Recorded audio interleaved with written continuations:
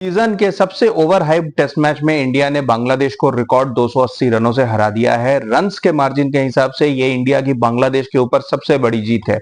और जो हाइप बनी थी पाकिस्तान को हराने के बाद बांग्लादेश की, वो हाइप भी कहीं ना कहीं इस मैच के साथ खत्म हो गई है।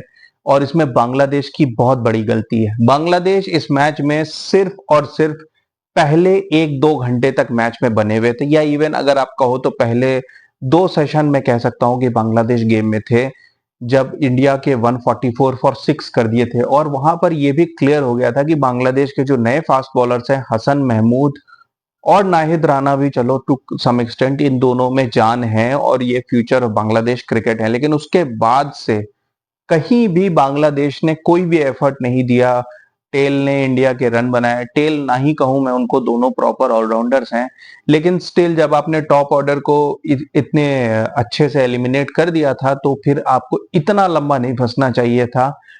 एनीवेज, बैटिंग की बात करूं मैं बांग्लादेश की, तो हॉरिबल रही दोनों इनिंग्स में। सेकंड इनिंग्स में थोड़ी एफर्ट बेटर दिखी, लेकिन अगर आप सेकंड इनिंग्स देखो, शाकिब अल हसन और शांतो जब आज बैटिंग कर रहे थे, तो पहले 1 घंटे तक कोई भी विकेट नहीं गिरी, अच्छे से बैटिंग कर रहे थे। और मेरे ख्याल से of course 500 was out of equation, लेकिन एटलीस्ट 300 350 तक जा सकती थी बांग्लादेश की टीम।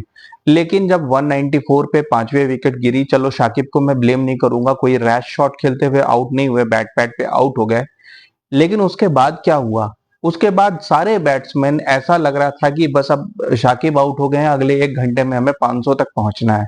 कोई T20 मैच हो रही है, कोई अर्जेंसी है, चौथा दिन है, ना तो कोई अनप्लेएबल बॉलिंग हो रही है। आप अगर नॉर्मली खेलो तो आप बड़े आराम से 300 350 तक पहुंच सकते थे। मेहंदी हसन मिराज और लिटन दास, इन दोनों ने अभी पिछले महीने ही पाकिस्तान के खिलाफ एक रिकॉर्ड पार्टनरशिप की थी।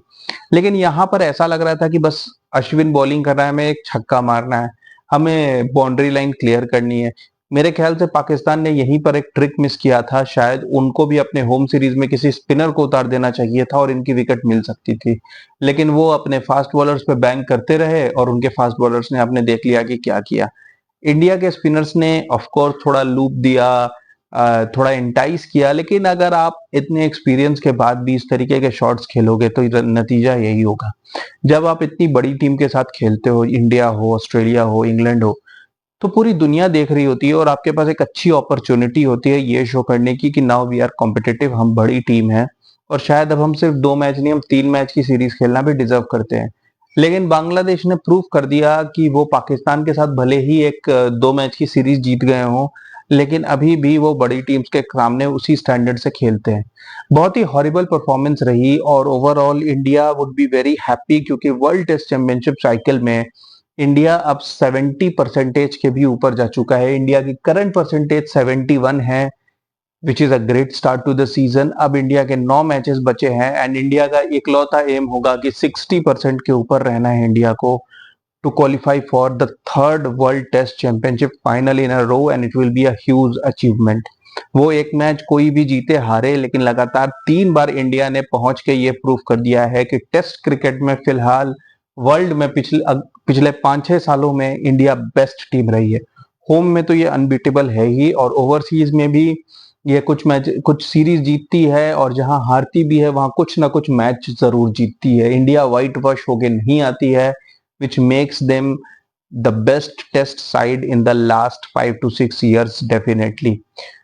अब बात करें मैच की, तो Ravichandran Ashwin of course match के हीरो रहे।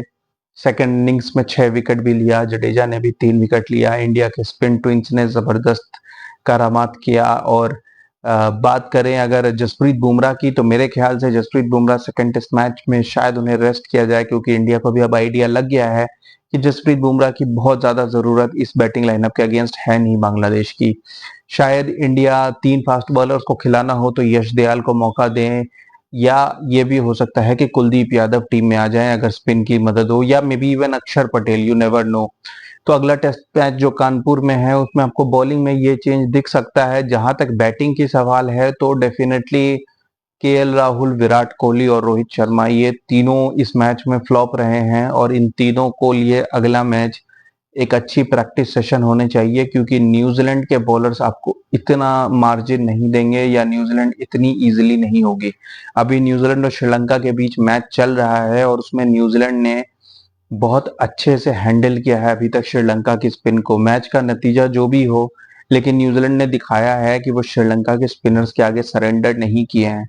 इंडिया के स्पिनर ज्यादा एक्सपीरियंस हैं, लेकिन न्यूजीलैंड की बैटिंग ने ये प्रूफ किया है, और ये जो श्रीलंका के साथ उनके टेस्ट मैचेस हैं वो सब कॉन्टिनेंट कंडीशंस में होंगे, तो कहीं ना कहीं आपको न्यूजीलैंड की टीम एक अच्छी प्रिपेयर्ड टीम मिलेगी, जो अक्लेमेटाइज्ड भी होगी एज वेल एज थोड़ी फेमिलियर भी होगी इस ट्रैक से। तो इंडिया के साथ जब न्यूजीलैंड के मैचेस होंगे तो आपको न्यूजीलैंड थोड़े बेटर फ्रेम ऑफ माइंड में मिलेगी। 3 टेस्ट मैचेस की सीरीज है और मेरे ख्याल से दूसरा तीसरा टेस्ट आते आते न्यूजीलैंड आपको काफी क्लोज कॉन्टेस्ट देते हुए दिखेगी। तो इंडिया के लिए एक बड़ा चैलेंज है, और इंडिया को यही चाहिए कि उस चैलेंज से पहले केएल राहुल, विराट कोहली और रोहित शर्मा तीनों फॉर्म में आ जाए। Sarfaraz would again I believe be really unfortunate कि शायद उन्हें अगले मैच में भी मौका नहीं मिले, लेकिन अब it is up to the management कि वो केएल राहुल पे बैक करना चाहते हैं या सरफराज पे। Keep watching guys, thank you.